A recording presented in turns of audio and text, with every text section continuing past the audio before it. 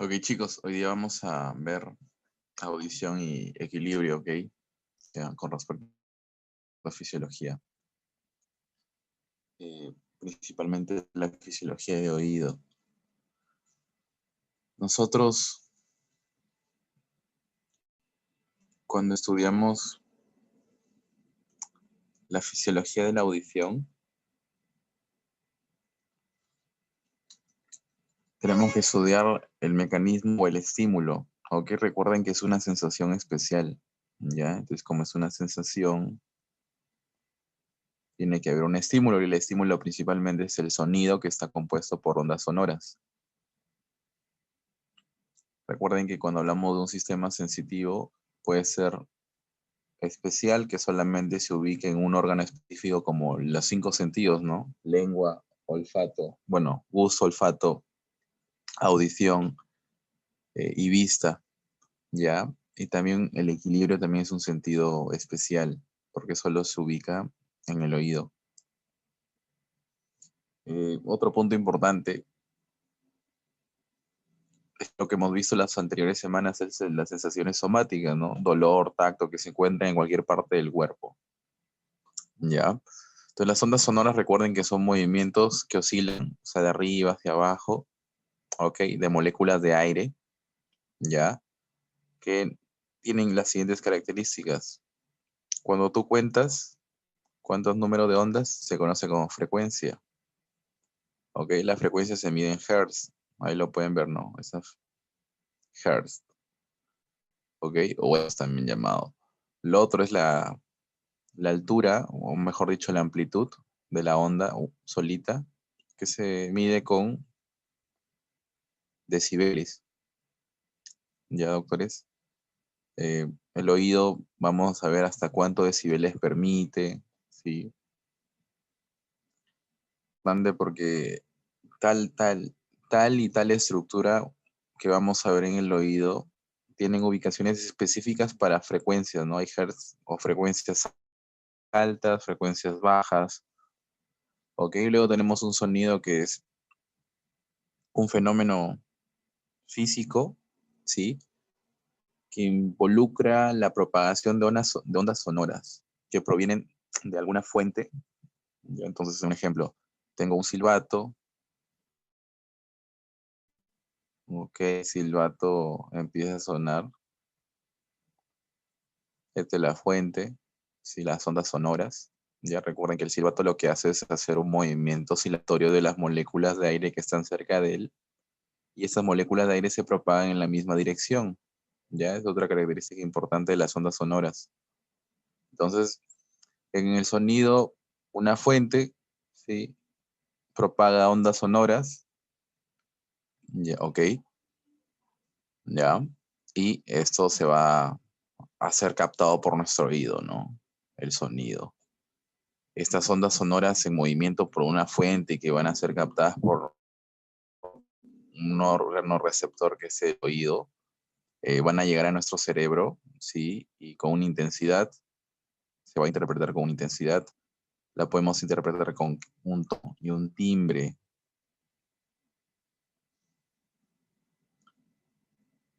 Entonces, cuando hablamos de intensidad, hablamos de sonidos que son fuertes y sonidos débiles, que tienen que ver mucho con la amplitud y con la frecuencia, ¿ok? Pero lo principal es que la unidad de la intensidad del sonido se mide en watts por metro cuadrado. El oído humano se puede acomodar según los libros de 10 a 12, otros libros te dicen de 10 a 16, pero lo mínimo es 10 watts por metro cuadrado. ¿Ok? Recuerde que la intensidad es mayor cuando hay mayor presión sonora, ¿no? Sí. Un ejemplo, cuando estás en una fiesta y te acercas al parlante, es mucho más intenso, ¿no? Por la presión que ejerce el parlante. Ok, esa es la intensidad, sonido fuerte. En cambio, si estás alejado del parlante, ¿no? En el baño, un ejemplo, obviamente estás tan lejos que la presión va a llegar, va a ser muy pobre, muy poca, y por eso el sonido es débil. ¿Ya? Luego tenemos el tono. El tono es principalmente, o se puede dividir en un tono agudo, o también llamado de frecuencia alta, un tono grave o de frecuencia baja. ¿Ok? La frecuencia alta hace tonos agudos, la frecuencia baja hace tonos graves. ¿Ya, doctores? Recordar. Eh,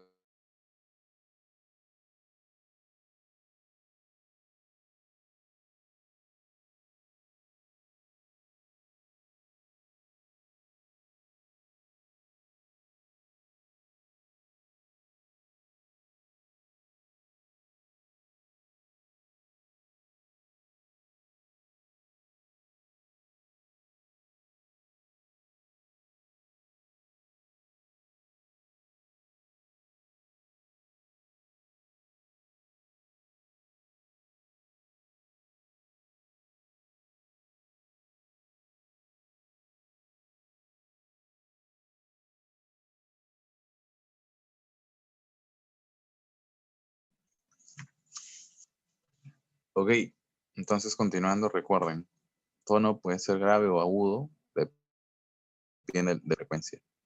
Ya las frecuencias que son bajas, que son así, son de tono grave, en cambio las frecuencias que son mucho más juntas o altas, así, son sonidos agudos o tonos agudos. Con respecto al timbre, ¿sí? Un timbre puede tener una misma frecuencia, ¿sí? Una misma intensidad, ¿ok? Pero puede variar y nos permite distinguir dos sonidos que son iguales en frecuencia e intensidad, pero que son emitidos por dos focos diferentes, ¿ok?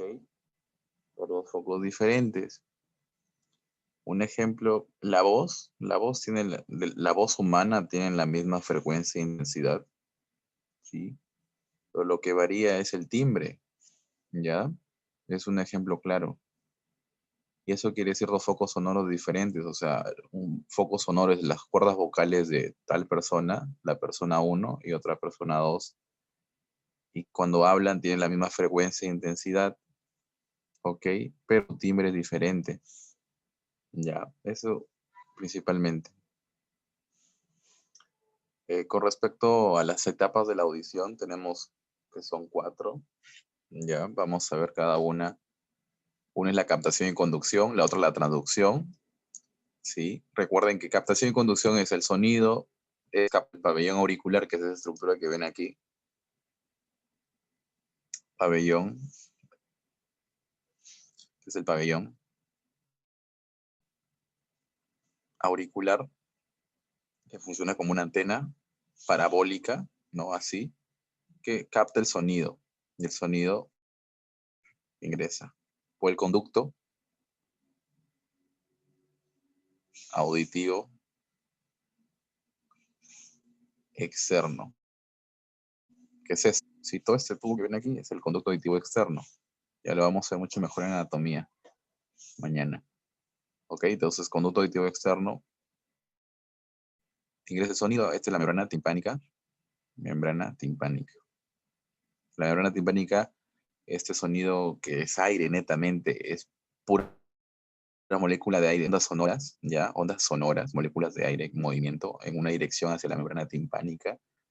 La membrana timpánica las convierte, ¿sí? En energía que se puede inducir por huesos, y es una energía mecánica ya, ¿sí? Energía, unas ondas oscilatorias de movimiento que van a hacer que estos huesecillos, que son el martillo, el yunque y el estribo, se movilicen. ¿Ok? ¿Para qué quiero que se movilicen? Para que así conduzcan esta energía mecánica, estas ondas mecánicas, físicas, ¿ok? Y dentro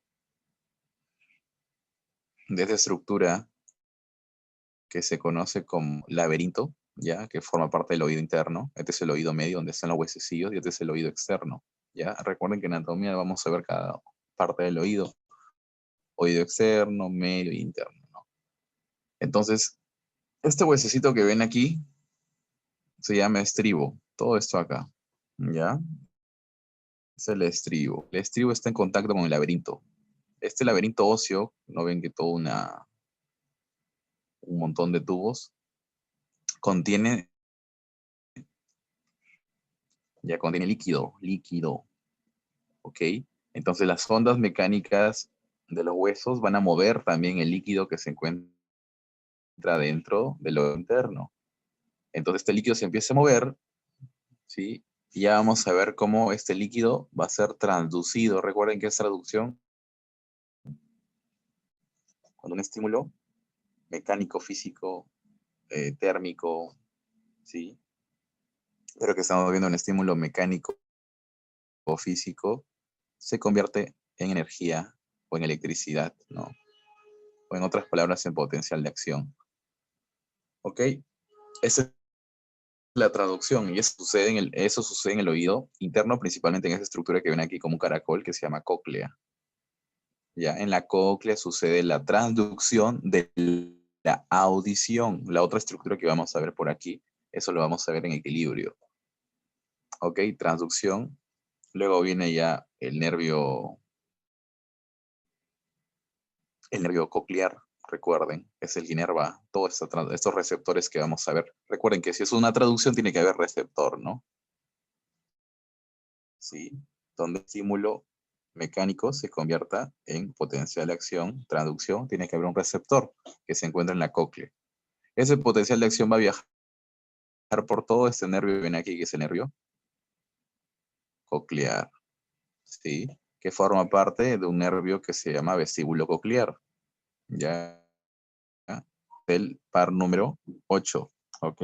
El nervio coclear, par número 8. ¿Ya, doctores? Entonces, recuerden, nervio coclear, que es el par número 8, el número 8, ¿sí? Junto, obviamente, con el nervio vestibular.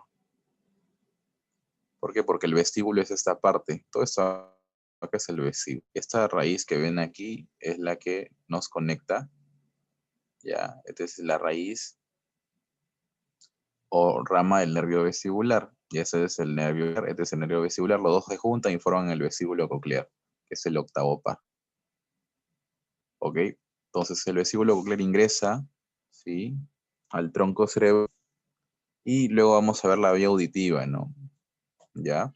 Esta vía auditiva vamos a verla y va a ser la transmisión, ¿sí? Conocer la vía auditiva, que es una vía ascendente, porque recuerden que todo lo que asciende es aferente.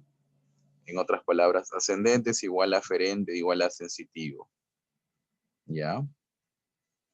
Y va a llegar obviamente al cerebro, a la corteza auditiva, y ahí se va a hacer el procesamiento neurosensorial, que también lo vamos a ver. Entonces son 4 pasitos importantes. El primero que vamos a ver es la inducción y captación. Entonces recuerden, tenemos el oído, ya, recuerden, lo importante aquí es saber reconocer anatómicamente lo más básico, porque luego vamos a ver en anatomía mucho más a profundidad, ¿no?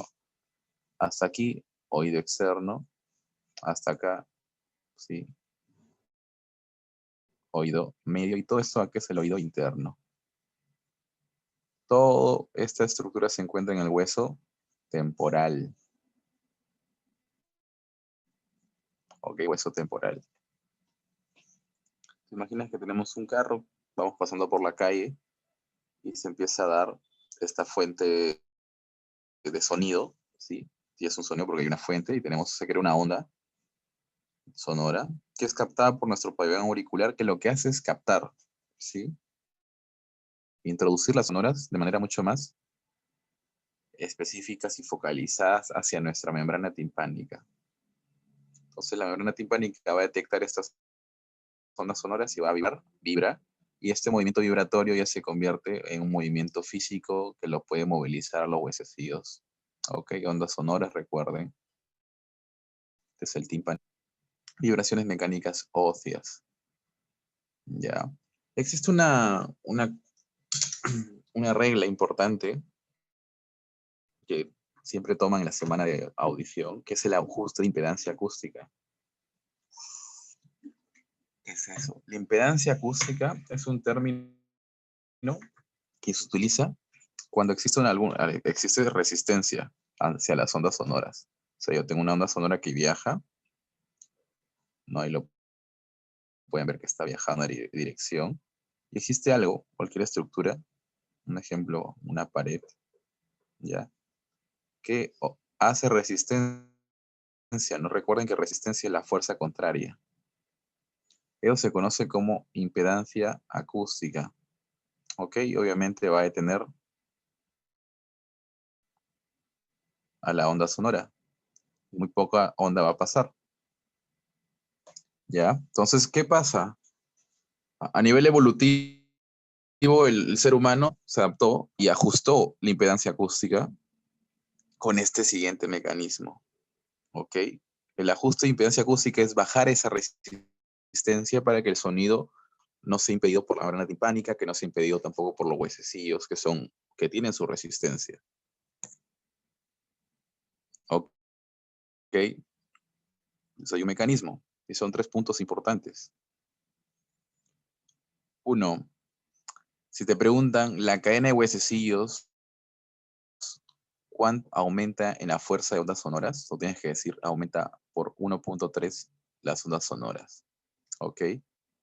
Entonces, recuerdo, si acá teníamos una fuerza de ondas sonoras de 2, la cadena de huesecillos va a hacer que se multiplique por 1.3, según el Guyton.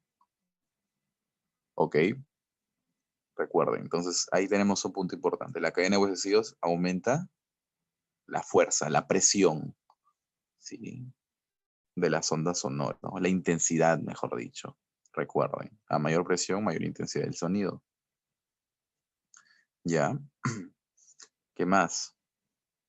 El área de la membrana timpánica es 17 veces más que la ventana oval. ¿Qué es la ventana oval? La ventana oval es donde reposa el estribo. ¿Sí? Recuerden, acá tenemos membrana timpánica. ¿Sí? Aquí está el martillo, que estaba ahí unido a la membrana timpánica. ¿Ok? Aquí está el yunque. Y acá está el estribo.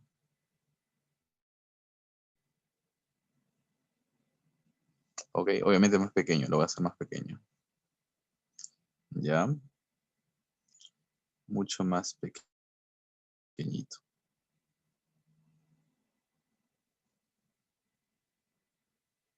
Ok, entonces, acá es el conducto auditivo, ¿no? Esta es la membrana timpánica. Ya, eso acá se va a encontrar tapando, pero acá lo voy a poner así, ¿ya? La ventana oval. Esa es la ventana oval.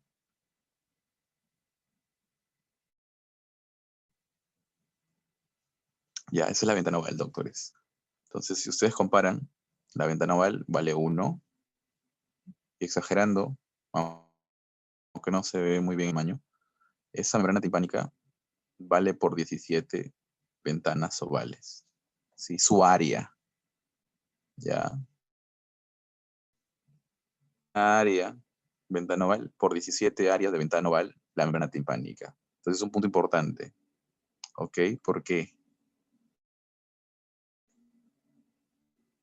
Porque las ondas sonoras, ¿sí? Ejercen una presión 22 veces más sobre el líquido de la cóclea. ¿Dónde está el líquido de la cóclea?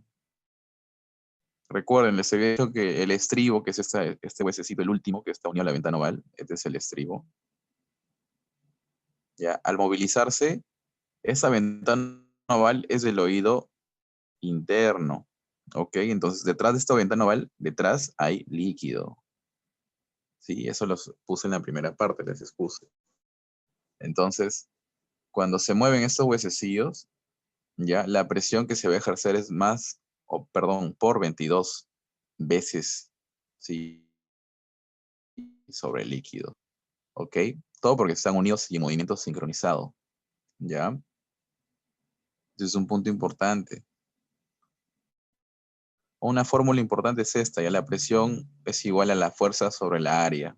Entonces, ¿para qué les pongo eso? Para que sepan que si la presión es igual a fuerza, ¿sí? Son directamente proporcionales, ¿ya? Un aumento de la fuerza aumenta la presión.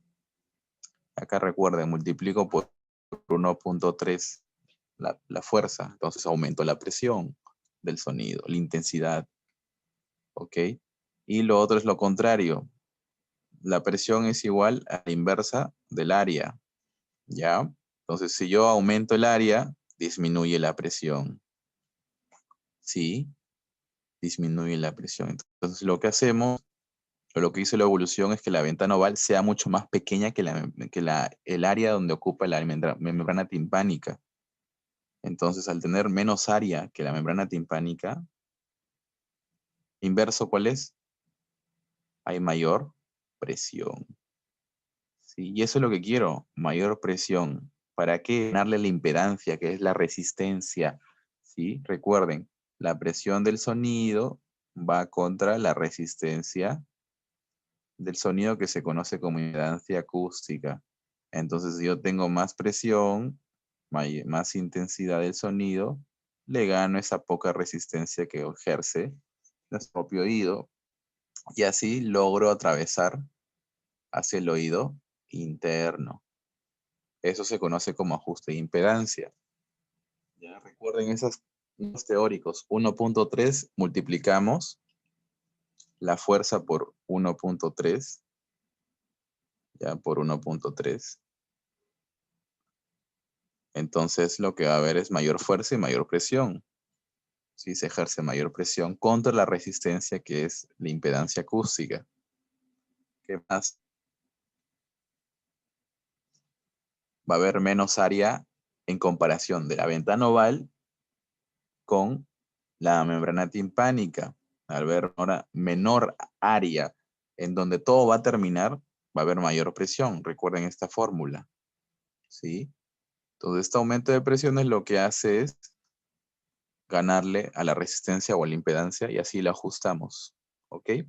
Entonces, por eso al final decimos que la presión de las ondas sonoras es 22 veces más de lo como llegó, de cómo llegó aquí. ¿Sí? Entonces, acá era presión 1. Sí, un ejemplo, una presión.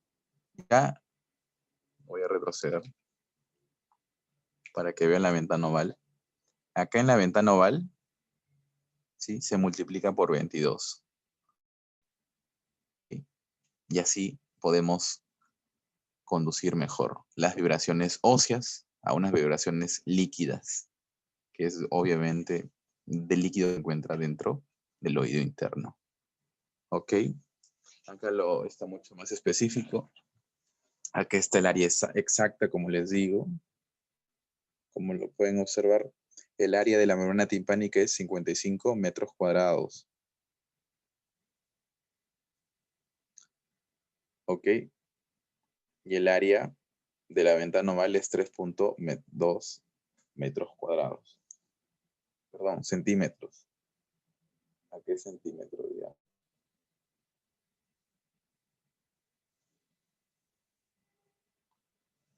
Y el sistema de palanca o el sistema de huesecillos me da una fuerza de 1.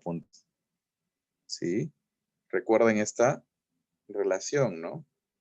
Entonces, a menor área, mayor presión. El área pequeña va a haber mayor presión.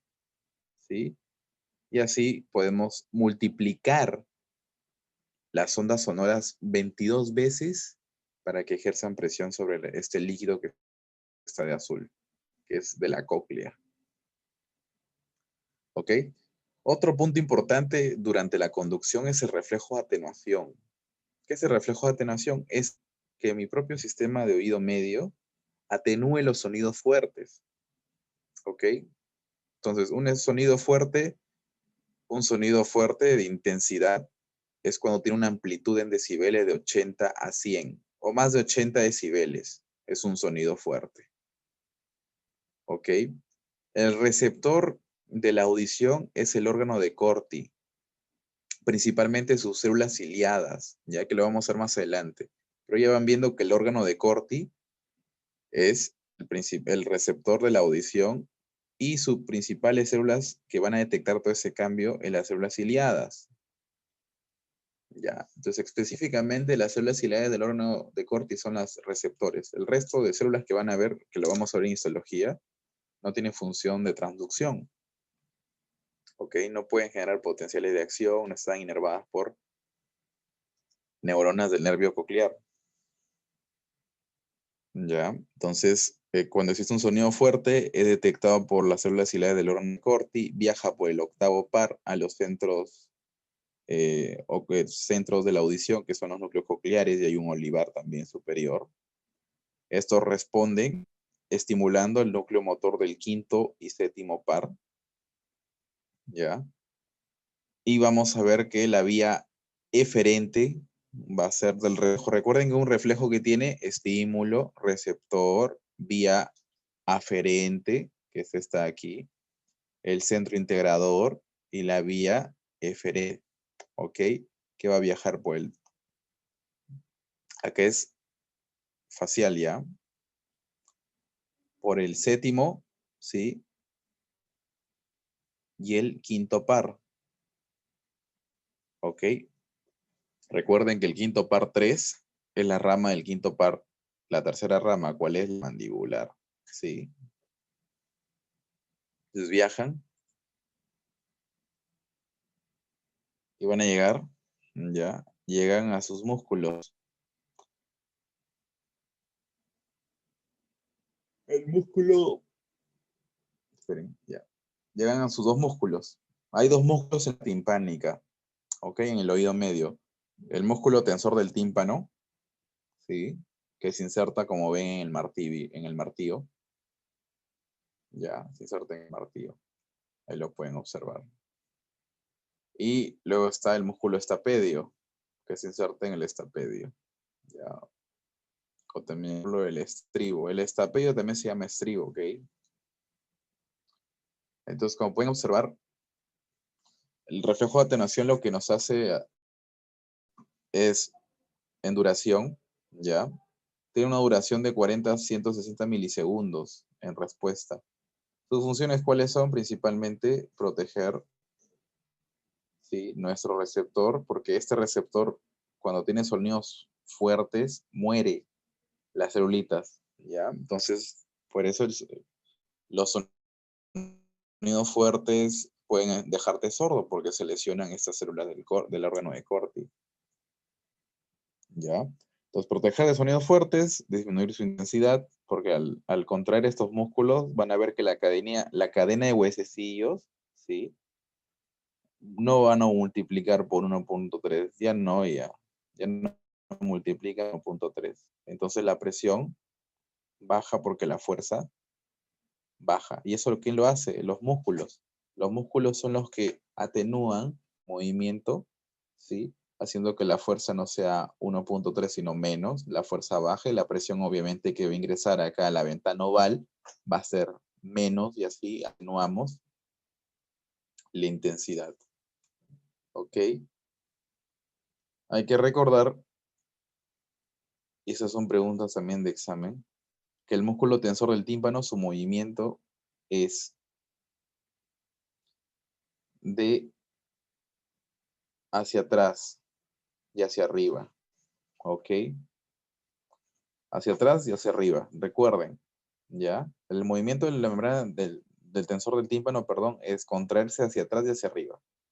En cambio, el músculo del estapedio se contrae hacia abajo y hacia adelante, ¿sí? Hacia abajo y hacia adelante.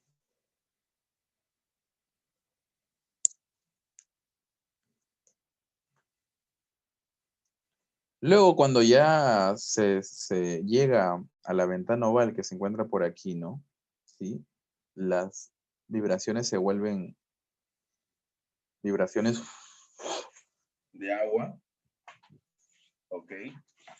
Lo que vamos a ver, doctores,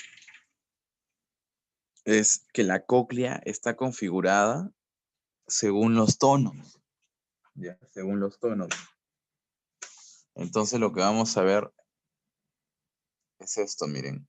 Los tonos altos, que recuerden son de alta frecuencia, ¿ya? Se van a ubicar en el tercio proximal, de la cóclea. Los tonos medios, que son de media frecuencia, en el tercio medio. Y los tonos bajos, que son de baja frecuencia, en el tercio distal. ¿Ok? Recordar eso. ¿Ya? Entonces, si yo grito en un tono alto, ya tienen que imaginarse que el tercio proximal de la cóclea es la que se va a estimular, no la parte distal. ¿Sí? Eso capten. Entonces, así como pueden observar, las ondas, esta es la cadena de huesecillos, ¿lo ven? Entonces, las ondas sonoras viajan así. Las ondas que todavía son líquidas, ¿no? Van viajando. Y acá, estas son las frecuencias altas en el tercio proximal. Luego va llegando frecuencias mucho más bajas, que lo va a hacer el tercio distal, ¿no? La de tono bajo. ¿Ok? Este líquido, como pueden observar, este conducto coclear, ya la cóclea es el hueso, ¿ok? Pero el conducto coclear es todo esto. El conducto coclear, doctores, tiene tres rampas, tres partes, ¿sí? Netamente está el conducto coclear, propiamente dicho, la rampa vestibular y la rampa timpánica. ¿Ok? Recordar. Rampa vestibular, rampa timpánica. Y existe otro agujero que se encuentra aquí, ¿sí? Que es el agujero redondo. Ya tenemos la ventana redonda. La ventana oval es donde ingresa los movimientos vibratorios, las ondas, y luego terminan dando una vuelta completa a toda esta cóclea y terminan en la ventana redonda. ¿Ok? Otro también punto importante es que existe en la base del conducto coclear una membrana que es esta.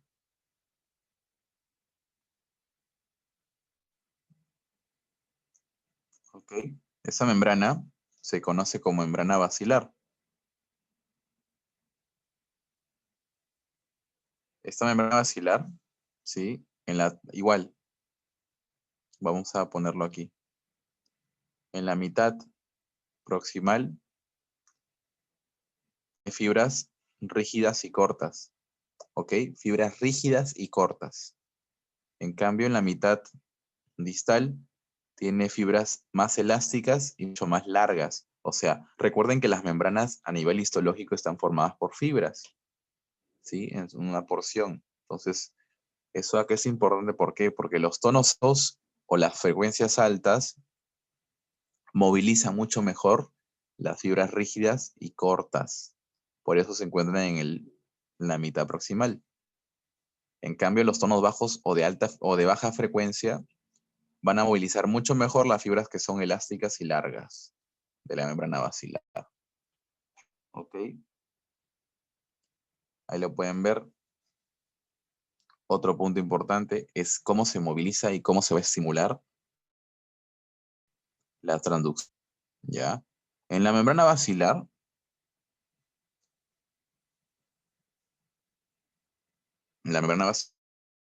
tenemos si hacemos un movimiento hacia arriba, ¿sí? Existen, como les había dicho, esto acá es el órgano de corte. Sí, este es el órgano de corte. Todo esto acá, órgano de corte. Les había dicho que los receptores principalmente son las células ciliadas, ok, que se encuentran aquí, la estoy rodeando. Las células ciliadas son los receptores ya de los estímulos mecánicos que los van a convertir en estímulos eléctricos o bueno, en corriente eléctrica. Entonces los cilios, cuando existe un movimiento hacia arriba de la membrana basilar, hacia arriba, ya, los cilios se van a ir hacia adentro y hacia arriba, ¿ok? este movimiento de cilios hacia adentro y hacia arriba,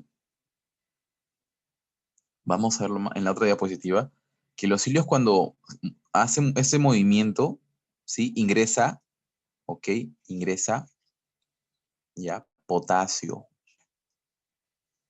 Ingresa potasio. ¿Ok? Ingresa potasio. Entonces, ¿por qué ingresa potasio, no? En vez polarista. Por esto.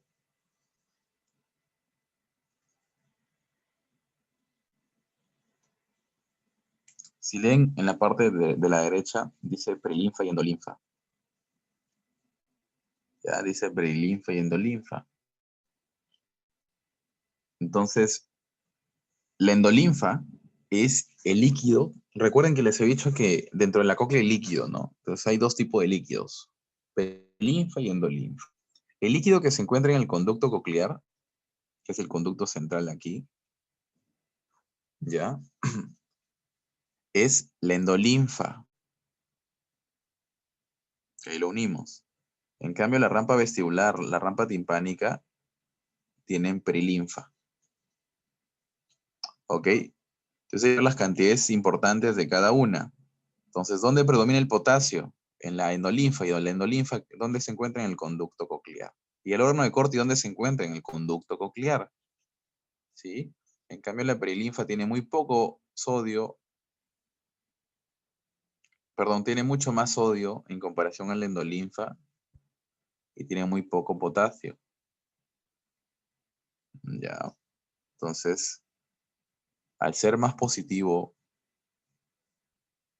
la endolinfa y como contiene más potasio, cuando hay movilización de los cilios hacia adentro y hacia arriba, ya, este movimiento apertura canales de potasio. El potasio ingresa a las células ciliadas y se da un potencial de acción que ya vamos a ver en la siguiente diapositiva. Pero recuerden, lo que ingresa cuando la membrana basilar se mueve hacia arriba. ¿Ok? Este es un punto importante. Si te preguntan, para que se despolarice la sensibilidad del órgano de Corti, la membrana basilar, ¿hacia dónde se tiene que ir? Hacia arriba. O si te dicen sobre los cilios se tienen que ir hacia adentro y hacia arriba. ¿Ok? En cambio, cuando la membrana basilar baja, ya, baja, los cilios se van a ir hacia afuera y hacia abajo. ¿Ok? Se van a ir hacia afuera y hacia abajo, haciendo que se hiperpolarice las células ciliadas, o sea, se inactiven y se duerman. Y al dormirse, obviamente, no conducen a audición. ¿Ok? Entonces vamos con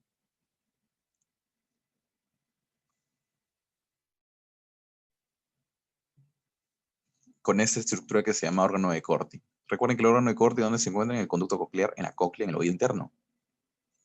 Dentro del conducto coclear, ya se encuentra este órgano de Corti y tiene dos células importantes que vamos a ver en fisiología. Luego el resto vamos a ver en histología, que son las células ciliadas internas,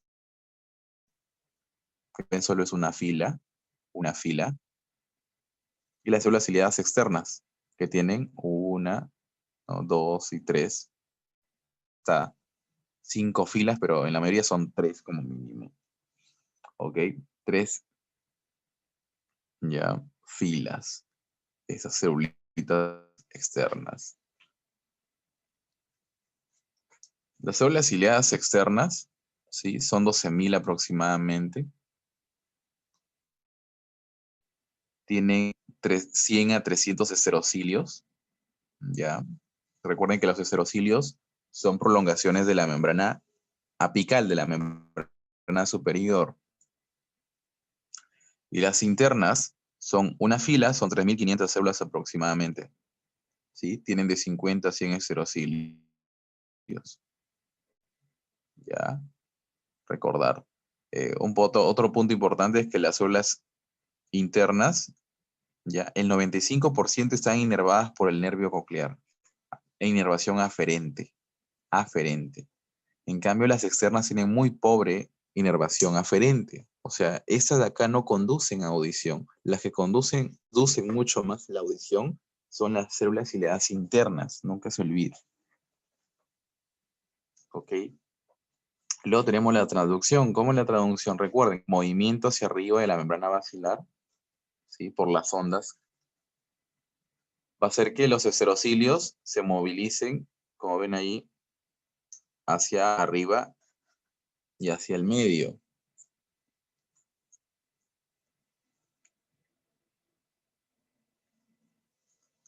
Entonces lo que es que se estimulen o se aperturen canales de potasio e ingrese el potasio, ¿ya? Despolariza la membrana de la célula ciliada, ¿ok?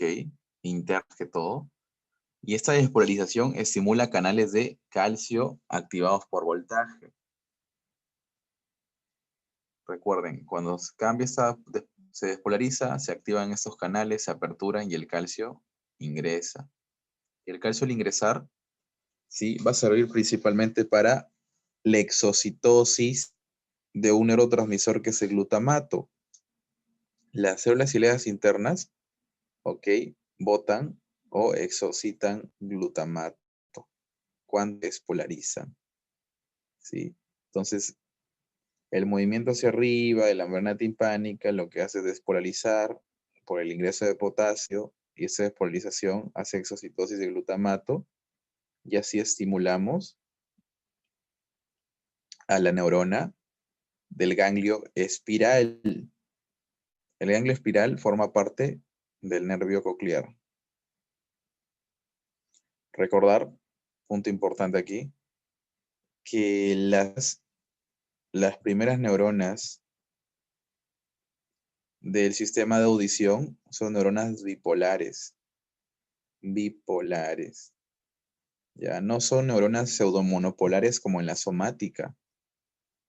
¿Sí? Son bipolares. O sea, tienen un cuerpo alargado principalmente, como lo ven ahí, el soma, su nucleola, su núcleo, y tienen dos axones que salen de diferente ubicación del soma, ¿no?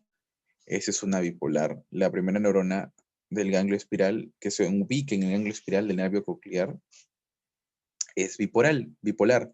Entonces el receptor que la célula ciliada interna principalmente, que es inervada, ¿no? Recuerden, en su 95% por estas celulitas, estimula y genera un potencial de acción de esta neurona que va a viajar obviamente por la vía auditiva. Y ahí vamos a ver la transmisión. Ok, tenemos el órgano de Corti, recuerden, ¿no? Porque es las células ciliadas principalmente internas. Estas cambian un estímulo mecánico a un estímulo que es un potencial de acción, ¿sí? Por medio principalmente exocitando glutamato, que el glutamato, recuerden, va a estimular a las neuronas bipolares del ganglio espiral, ¿sí? Neuronas bipolares del ganglio espiral. Luego ese ganglio espiral ya va a hacer contacto con los núcleos cocleares, ¿sí? Núcleos cocleares.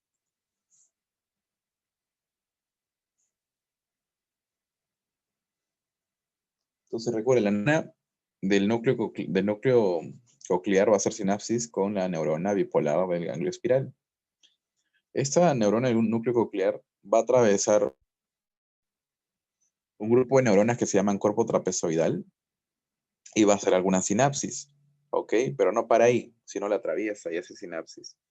Donde hace sinapsis mayormente y termina la neurona del núcleo coclear es en la oliva superior, ¿ok? En la oliva superior. En esta oliva superior va a ascender, ¿sí? La vía auditiva y ahí se va a conocer y va a hacer sinapsis con los núcleos del leminisco lateral. No confundirse con el leminisco medial.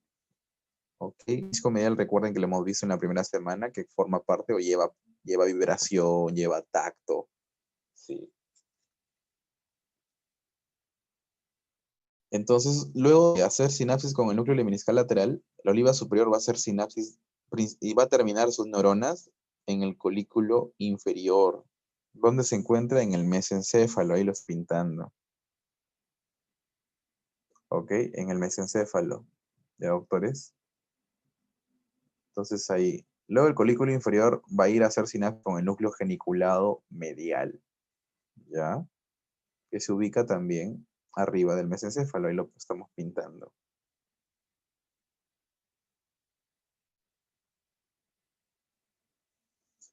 Y luego del núcleo geniculado medial, ya este va a ascender a la corteza auditiva, que se ubica en el lóbulo temporal. ¿Ok? Entonces recuerden, órgano de Corti, primera neurona, ganglio espiral, hace sinapsis con el núcleo coclear, segunda neurona. Esa segunda neurona va a hacer sinapsis con la tercera neurona que se encuentra en la oliva superior, pero también atraviesa el cuerpo trapezoidal. La superior va a hacer sinapsis con el colículo inferior, pero también hace sinapsis o algunas ramas se quedan en los núcleos lemínicos lateral. Recuerden que el colículo inferior ya recibe aferencias auditivas, se encuentra en el mesencéfalo, ¿sí? Y luego envía la quinta neurona que se encuentra en el núcleo geniculado medial, y luego ya termina en la corteza auditiva. La corteza auditiva tiene dos áreas, el área primaria, que es netamente un área que detecta todo el sonido, identifica los tonos, ¿sí? Identifica los timbres, ¿ok? Es el área primaria. Es un área que se conoce según la clasificación de números de Brodmann, que la más usada en el cerebral es el área 41, 42 y 52, ¿sí? Acá lo pueden ver, 41, 42 y 52. Todo esto de acá es la área auditiva. Acá lo pueden ver en una visión lateral del cerebro, ¿no? Y el área secundaria, que es es la área 22 de Brodmann. Es un área de asociación, es un área donde los axones se van a conectar con otras estructuras, ¿sí? En otras palabras, el núcleo geniculado medial llega a esa área primaria, hace sinapsis según o depende del tono que han detectado. Y luego de eso, la neurona de aquí, del área primaria, hace sinapsis con la del área asociativa, para que esta neurona asociativa, ¿sí? Ya lleve sus axones a otras áreas y conecte la área auditiva con otras áreas. Por eso se conoce como área de asociación, ¿sí? Y eso con respecto al proceso neurosensorial. Recuerden que esta área auditiva se encuentra en la parte posterior, ¿sí?, de la circunvolución temporal superior. El temporal tiene dos surcos y esos dos surcos me hacen tres circunvoluciones. La circunvolución superior, la circunvolución media y la circunvolución inferior. ¿Ok? En la superior, como pueden observar aquí es esta, se va a encontrar de la cara anterior, es de la parte anterior, es de la parte posterior, ¿no? Entonces, en la parte posterior de la circunvolución superior del óvulo, todo esto acá es el temporal, ya se ubica la área auditiva. ¿Ok, doctores? Luego tenemos unas pruebas clínicas de audición. Las dos que deben de saber son la prueba de Weber y la prueba de Riné. La prueba de Weber, bueno, empezamos con la prueba de Riné, ya que es la primera que se usa. Con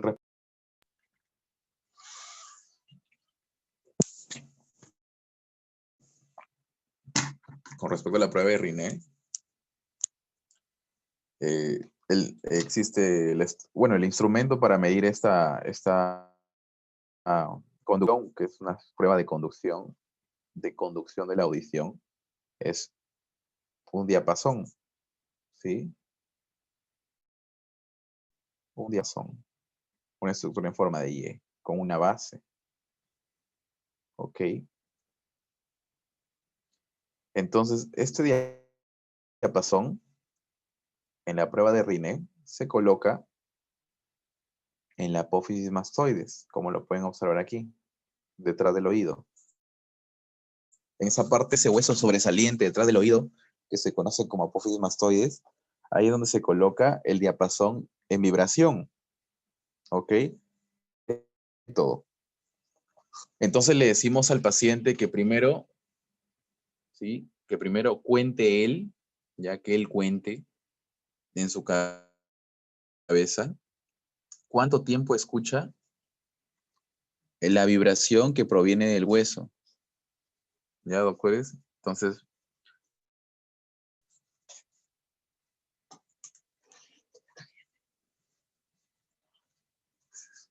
Entonces recuerden, en la prueba de Riné colocamos el diapasón en la apófisis mastoides y que esté vibrando, ¿sí? Lo que hacemos es golpear el diapasón y el diapasón cuando lo golpea se empieza a vibrar y la base del diapasón, ¿sí? Lo colocamos en la apófisis mastoides y el paciente hay que decirle si escucha, bueno, que empiece a contar eh, hasta cuánto tiempo escucha esta vibración que se transmite por solamente hueso, ¿sí? Que se conoce como conducción ósea, ¿ya? Luego de haber terminado y te dice, ok, ya no escucho más la vibración, tú le quitas, ya, tú le quitas, y el diapasón que sigue vibrando lo colocas ahora en el aire, como acá lo pueden observar. Y el paciente otra vez tiene que contar cuántos segundos dura estas vibraciones que ahora viajan por el aire, ¿ok? Por el aire, ¿ya? Lo normal, lo normal,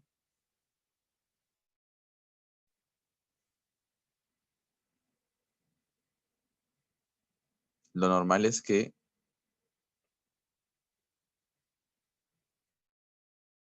el Riné normal se conoce como Riné positivo, ¿ok? ¿Ya? En donde en la conducción ósea, como un ejemplo, va a tener 30 segundos y la conducción aérea también tiene 30 segundos. ¿Ya? Entonces ahí lo pueden observar, ¿no? Entonces, cuando es igual en ambas, aérea 30 segundos, ¿no? Y la ósea 30 segundos, es normal, ¿sí? Es normal, ¿ya? Recuerden. Luego tenemos la prueba de Weber. La prueba de Weber es cuando lo colocamos el diapasón, la base del diapasón sobre el vértice del cráneo, ¿no? El cráneo así, y imaginen que es un triángulo, y la punta del vértice que está aquí, ¿ya? Ahí es donde colocamos el diapasón, su base del diapasón. ¿Ok? Y también vibrando. Y el paciente lo que tiene que hacer, lo normal, es que detecta de ambos lados que llega la vibración ósea. ¿Sí? Él detecta que ambos lados está normal. Escucha la vibración en el lado derecho y en el lado izquierdo. ¿Ok, chicos? Entonces, de acá vamos a sacar dos cositas patológicas que son las dos cuadros de abajo. Con respecto a la hipoacusia, que es la sordera, ¿sí? En nombre clínico, la hipoacusia hay de tipo conductiva o de conducción y la tipo neurosensorial o neurosensitiva. ¿Ok? En la conductiva, la causa más común es que haya afectación, principalmente en la fase de la conducción, ¿no? En la fase de conducción, ¿quién está? Principalmente el oído medio. Entonces, patologías del oído medio son las que me generan hipoacusia conductiva. En cambio, la neurosensitiva, que es la transducción, oído interno. Ah, oído medio y oído externo también. Pues patología del oído externo, patología del oído medio, donde se afecta la conducción, ahí va a haber hipoacusia conductiva. Ya un ejemplo, una otitis, ¿sí? Una otitis es la causa más común de hipoacusia conductiva. ¿Ok? Y la hipoacusia neurosensorial, interno, ¿no? Por el envejecimiento, para algún fármaco que consumes que es ototóxico, me genera una hipoacusia neurosensitiva. ¿Ok? Entonces, ¿cómo yo identifico una hipoacusia conductiva? Uno, Riné negativo. ¿Ok? En la hipoacusia conductiva el Riné es negativo. ¿Qué quiere decir? Que el paciente en su conducción, con respecto a la conducción aérea, ¿ya? En la conducción ósea escucha 50 segundos y en la aérea escucha 25 segundos. Ejemplo, o sea, es más la conducción ósea que la conducción aérea que está baja en comparación a la ósea. Esto se conoce como patológico Rinne positivo. ¿Sí? Es común en la hipoacusia de conducción. Ya la conducción ósea es mucho más, o el paciente lo escucha mucho más en comparación a la conducción aérea. ¿Ya? Y con respecto al Weber, ¿sí? En las hipoacusias conductivas principalmente son de un lado, y es unilateral en la mayoría de casos, unilateral, ¿no? La otitis de un lado, ¿no? ¿Ok? Entonces en la hipoacusia conductiva, ya doctores, el sonido, ¿sí? De la vibración, ya, recuerden, es mucho más intenso en el oído enfermo, ¿ok? Recuerden, en la hipoacusia conductiva, el Weber, ¿sí? El Weber es mucho más intenso en el oído enfermo, en el oído enfermo, ¿ok? Un ejemplo, si un paciente niñito que tiene el oído izquierdo, ¿ok? Con otitis, que es una infección, ¿ya? Y te van a preguntar cómo se encuentra ahí el Weber. Obvio, el oído derecho está normal, ¿ok? Está normal. Entonces, ¿cómo se va a encontrar el riné en el oído derecho? Riné positivo, ¿no? Riné positivo está normal. En cambio acá, riné negativo. ¿Qué más? El Weber, ¿a dónde se va a ir? ¿Al oído sano o al oído enfermo? Al oído enfermo. Sí, entonces te van a colocar, y lo colocamos también nosotros, Weber lateralizado a la izquierda. ¿Sí? Al revés también te pueden colocar, te pueden decir un paciente, niño que tiene dolor en el oído, en las pruebas te sale Rinné negativo en el oído izquierdo y un Weber lateralizado a la izquierda, ¿qué tipo de hipoacusia es? Oído derecho con Rinné positivo. Entonces tú ya sabiendo esto dices, ok, es una hipoacusia conductiva. Ya. Y luego tenemos la hipoacusia neurosensorial. En la neurosensorial, ¿sí? Otro ejemplo, paciente anciano que tiene el oído derecho que te dice que no escucha bien. Entonces, en el oído derecho, ya, la mayoría de pacientes tiene Rinné positivo. ¿Sí? El Rinné es positivo, ya, el Rinné es positivo también en la neurosensorial. Entonces recuerden, solamente negativo en la conductiva, ¿sí? Cuando la conducción en comparación a la conducción aérea es mayor, ¿sí? Por 2, ¿sí? Por más de 2, ¿ya? Recuerden, en la neurosensorial va a ser positiva igual que lo normal, ¿ya? Recuerden eso, es memoria. En cambio acá, el Weber hacia los dos lados, check, check. En cambio acá el Weber hacia el lado, oído enfermo, el oído sano lo capta poco, ¿ya? Por eso se intensifica más en el oído enfermo. En cambio, el Weber en la neurosensorial, ¿sí? Se va a ir al oído sano y ahí se va a escuchar nada más. ¿Ok, doctores? Entonces recuerden, si te dicen un paciente anciano que no escucha bien desde algunos años, viene a una consulta en otorrinolaringología y le hacen un Weber que lateraliza al oído derecho, ¿sí? El oído izquierdo presenta un Rinné positivo y el oído derecho también un Rinné positivo. Pero ¿por qué lateraliza el oído derecho, no? Si tiene Rinné positivo. Y pues ahí va sacando que es un patrón de hipoacusia neurosensorial. ¿Ok? En cambio, si te dicen un paciente niño que tiene dolor en el oído derecho, su Rinné es negativo, el oído izquierdo tiene Rinné positivo, Weber lateraliza el oído derecho. En cambio, acá no llega. Entonces, esto de acá, ¿qué patrón es? Hipoacusia conductiva, ¿sí? Riné negativo y lateraliza al oído donde hay hipoacusia o donde hay riné negativo, mejor dicho. ¿Ok? Entonces, puntos importantes. ¿Ya, chicos? Luego tenemos la fisiología del equilibrio.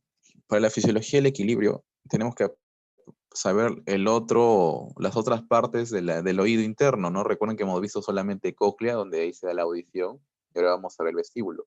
El vestíbulo está conformado por el sáculo, ¿sí? El utrículo y los conductos semicirculares.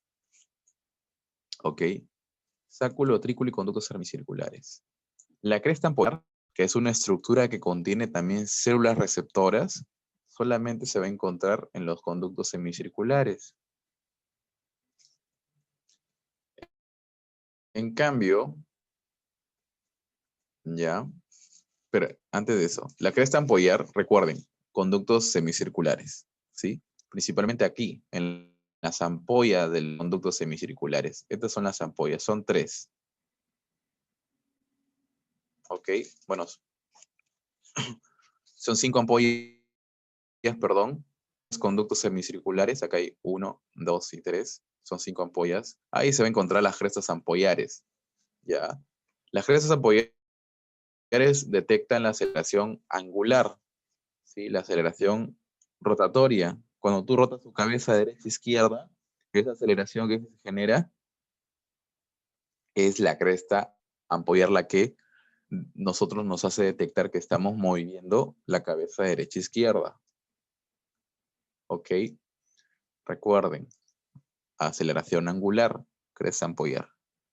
En cambio, la mácula, que es otra estructura que se encuentra solamente una aquí y otra acá, en el utrículo y en el sáculo, es diferente. Acá no es una cresta gelatinosa, ¿no? Esta es la gelatina, una sustancia gelatinosa como forma de cresta. Acá, en cambio, tiene una membrana gelatinosa plana, ¿sí? Que contiene estas estructuras que se llaman otolitos. Estos otolitos es como si fueran, o si colocaras una tina, ya una tina con un montón de piedritas. Sí, imagínense que colocan una tina con un montón de piedritas, entonces lo movilizan de manera lineal.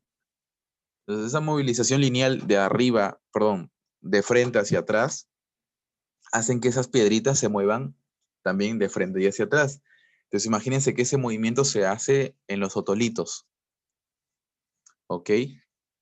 Entonces solamente detecta aceleración lineal, hacia adelante y hacia atrás, ¿ok? En cambio esto, angular, 360 grados.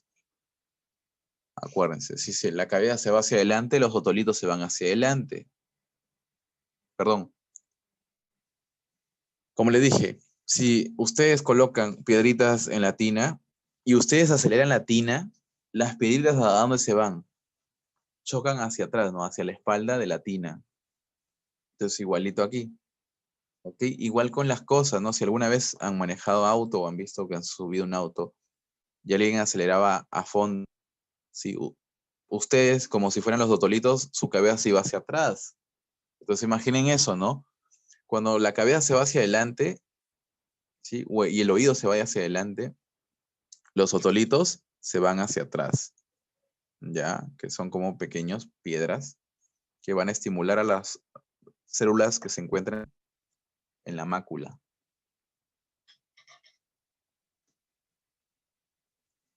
Estas células de la mácula, ¿ok? Son 2 tipos. La célula ciliada tipo 1 y tipo 2, ¿ok? La de tipo 1 ya tiene forma de pera, que es esta acá, y tan solo tiene una terminal nerviosa, ¿ok? O sea, como ven aquí tiene forma de copa, de pera, y solo un axón le inerva, solo uno. Luego tenemos la tipo 2, que en cambio es una célula más cilíndrica, si no tiene forma de pera, ahí lo pueden observar. Y está inervado por un montón de botones axónicos. Diferencias importantes entre otras, entre las dos. ¿Ya? Numerosas terminaciones sinápticas, la 2, una terminación sináptica la 1. Ese epitelio se encuentra en los dos, ¿ya? En los dos, en la mácula y en la cresta ampollar. Otro punto importante, a compararse, ¿sí?, con las células ciliadas del órgano de Corti, es que la del órgano de Corti no tienen sinocilio. Estas celulitas sí tienen sinocilio. ¿Ok? La más larga, que le estoy subrayando, es el sinocilio. El resto son esterocilios que son un tamaño gradual, ¿no? Ahí lo pueden observar. Ya, sinocilio no tiene la del órgano de Corti. En cambio, la de la mácula, la de la cresta ampollar, sí tienen sinocilio. ¿Ok? Con respecto a la percepción, o a la transmisión, mejor dicho, luego de estimular las crestas ampollares o la mácula, esa estructura, como pueden observar aquí, está inervada por el nervio vestibular. Ese nervio vestibular va a ir al tronco encefálico, a los núcleos vestibulares. Los núcleos vestibulares son 4, ¿sí? El núcleo lateral, el medial, el inferior y el superior. ¿Ok? Superior, lateral, medial, inferior. Ahí es donde se hace sinapsis. Las aferencias que vienen de la mácula y de la cresta ampollar. ¿Ok? Entonces, ¿qué conexiones tienen esos núcleos? ¿Qué conexiones? Tienen conexiones con los ojos. Principalmente el núcleo superior y el núcleo lateral tienen conexiones con los ojos. ¿Ya? Como pueden observar, el superior y lateral tiene conexiones con el cuarto, ¿sí? Con el cuarto, el sexto y el tercer par. Son músculos, o bueno, que son nervios, perdón, que inervan músculos extraoculares. Recuerden, ¿no? También lo hemos visto en la semana de tronco encefálico. Tercer, cuarto y sexto. ¿Sí? Entonces, el oído se conecta mediante estas vías con los ojos, para que así cuando movemos la cabeza, los ojos también muevan y se mantengan de manera recta junto con la cabeza. Si no, volteáramos la cabeza y los ojos seguirían mirando hacia el punto donde se quedaron, ¿no? Ya, doctores. Entonces, es un punto importante. ¿Ya? Oído se conecta con músculos oculares. ¿Qué más? El núcleo medial y el núcleo inferior vestibular hacen o mandan eferencias hacia el cerebelo, principalmente una estructura que vamos a ver también, que es el arquicerebelo, que es la estructura más antigua. Entonces, la sensación más antigua es el equilibrio, ¿no?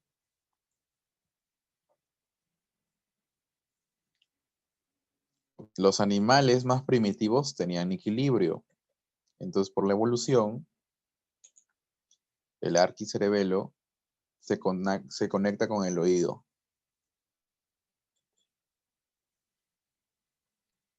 Y luego el núcleo lateral, ¿ya? Me da los fascículos vestíbulo-espinales, que controlan músculos de la postura para mantener el equilibrio. ¿Ok? Acá también igual. Tenemos el aparato vestibular, va a ir a los núcleos vestibulares. Recuerden que hacen también contacto con los núcleos motores del tercer y cuarto y sexto par, que inervan los músculos del ojo. También están en contacto con la zona del vómito, ¿sí? Por eso afectar el oído me puede causar náuseas y vómitos, el oído interno. Luego eso también lo vamos a ver en casos integradores, ya, temas, enfermedades del oído. Luego tenemos núcleos vestibulares, ya, también hacen contacto con el cerebelo, ya saben, el equilibrio, la postura, el tono, se logra con el cerebelo. Pero también tienen que mandar fascículos descendentes, fascículos motores, que regulen las neuronas de la médula espinal que son motoras. Y ahí tenemos la vía vestíbulo-espinal. ¿Okay? La vía vestíbulo-espinal. La vía vestíbulo-espinal, ¿ya? Tiene una vía lateral y una vía medial. ¿Ok? Cuando ustedes estudien las vías descendentes, tienen que saber esto, ¿no? O sea, saber su origen, saber su ubicación en la médula, saber con quién hace sinapsis y cuáles son sus efectos. ¿Ok? El origen de la vía vestíbulo espinal lateral es núcleo vestibular lateral. Y de la medial, el núcleo medial. ¿Ok? En la lateral, esta viaja en el cordón lateral de la médula espinal. ¿Ok? Cordón lateral. En la medial, en el cordón anterior. ¿Ok? La medial viaja por el cordón anterior. ¿Sí? Esta medial viaja junto con un fascículo que se llama fascículo longitudinal medial. ¿Ok? Que contiene otras zonas, también otras funciones, pero esta viaja ahí junto, ¿no? La vía lateral hace sinapsis con la lámina 7 y 8 de Rexet. ¿Sí? Eso ya lo tienen que saber, ¿no? 7 y 8 de Rexet, ya saben, ¿no? Son áreas o láminas motoras. El punto importante aquí es, ¿qué hacen estas vías? Lo que hacen es facilitar, o sea, estimulan neuronas extensoras e inhiben neuronas flexoras. ¿Esto qué hace? Que al tener músculos extensores, conservan la postura erguida. ¿Ok? Postura erguida. ¿Ya? Ejemplo muy claro. Cuando alguna vez estás tan cansado en una clase, ¿sí? O en el hospital, un ejemplo, haciendo colas, y te quedas sentado y empiezas a dormirte. Entonces te empiezas a dormir y hay una famosa frase que es cabecear, ¿no? O sea, empiezas a cabecear. Eso de cabecear lo logras gracias a este reflejo, que es el reflejo vestíbulo espinal. ¿Cómo es esto? Cuando el paciente cabecea, un ejemplo, o ustedes cabecean, ¿ya? El vestíbulo detecta ese movimiento de caída. O sea, cuando tú duermes así sentado, ¿no? Se cae tu cabeza, ¿no? Porque obviamente duermes. Entonces, ese movimiento de caída, ¿ya? Es detectado en milisegundos por el aparato vestibular. Entonces, lo que hace el aparato vestibular es estimular y hacer un reflejo que es el reflejo vestíbulo espinal, que es este, el VER, ahí en sus siglas, que lo que hace es estimular al núcleo lateral y al núcleo medial, ¿sí? Van a extender sus fascículos vestíbulo espinales y en cuestión de milisegundos van a facilitar neuronas motoras, extensoras e inhibir flexoras. ¿Haciendo qué cosa? Que cuando cae tu cabeza, cuando duermes, al toque te despiertas y los músculos de tu cuello, que son extensores, jalan la cabeza hacia atrás, ¿no? O sea, te la suben. Así mantienes una postura erguida, ¿ya? De manera involuntaria.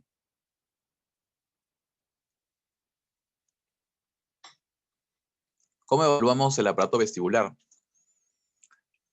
Con estas pruebas, ¿ya? Con esas pruebas. Tenemos la prueba más común, que es el test de Romberg, ¿sí? El test de Romberg es cuando un paciente se coloca en posición, bueno, está parado, está erguido, bidepestación, y cierra los ojos, ¿ok? Cierra los ojos. Acá lo pueden observar, ¿no? Cierra los ojos, ¿ya? Lo que va a pasar aquí, en el test de Romberg, es que la paciente está estática, y si tiene algún problema, ya, un ejemplo, que el oído derecho tiene problema, se va a caer hacia el lado derecho, hacia el lado afectado. Acuérdense. Entonces, si ustedes se paran y cierran sus ojos, no se va a caer porque ninguno de sus oídos están afectados. En cambio, si una paciente tiene alguna enfermedad en el oído interno, lo que va a pasar es que se va a afectar este oído interno del lado derecho, como en esta paciente, y la paciente, miren esta imagen, ¿no? Este GIF. La paciente va a caerse o va a perder el equilibrio hacia el lado derecho. ¿Sí? Él tiene que estar ahí a la mano para permitir que no se caiga, obviamente, ¿no? ¿Ok? Ahí lo ven, oído afectado del derecho, ¿ya? Luego tenemos otra maniobra, la maniobra, ¿sí? De Babinski-Well, ¿ya? En esta maniobra de Babinski, lo que hacemos es que la paciente camine, ¿sí? Ahora es un equilibrio dinámico, dinámico. Hacemos que camine en línea recta, con los ojos cerrados, ¿ok? Entonces imagínense ustedes caminando con los ojos cerrados en línea recta, y luego van a ver que la paciente, si es que tiene un oído afectado, como acá pueden observar en el oído derecho, cuando camine, se va a ir hacia el lado derecho, y ahí lo están observando, ¿ok? Tiene recto, ¿ya? Si ustedes lo hacen, van a caminar recto. Si no, se van a la derecha, tienen el oído afectado derecho. Si es a la izquierda, el izquierdo. ¿Ok? Luego tenemos también la maniobra de los índices de Barani. Lo que hacemos es que la paciente coloca sus índices en posición recta, como saludando, como haciendo cubrir, ¿no? De las mansiones de colegio, que cubras, pero con los índices. Entonces, en el oído afectado, los índices se van a ir hacia el lado afectado. Ahí lo pueden observar. Esta paciente está movilizando sus índices hacia el oído derecho, que es el oído afectado. ¿Ok? Lo normal es que se quede como la médica, ¿no? ¿Sí? Ahí lo pueden observar. La médica está con oídos también cerrados y los índices totalmente rectos, no se mueven. Eso es que hay equilibrio. Ya, en cambio, si esta paciente se va hacia el lado derecho, o sea, a nivel de pasos, como en la prueba de Babinski, que esté parado, se va hacia el lado como en el Romberg, o sus manos o dedos se van hacia el lado afectado, como en la prueba de Barani, obviamente hay una lesión. Pero también tenemos la prueba de Unterberg-Fukuda, ¿ya? La prueba de Unterberg-Fukuda, ¿ok? Hacemos que la paciente marche en su mismo sitio, ahí lo pueden observar, la paciente va a marchar en su mismo sitio, y lo que va a pasar es que se va a ir esta paciente ya hacia el lado afectado en su marcha, ¿sí? Va a rotar, ¿ok? Hacia el lado afectado, ¿ya? Eso es la prueba de Unterberg-Fukuda. Todo eso ahí es lo que hemos visto a nivel fisiológico de audición y equilibrio. Ya chicos, nos vemos mañana.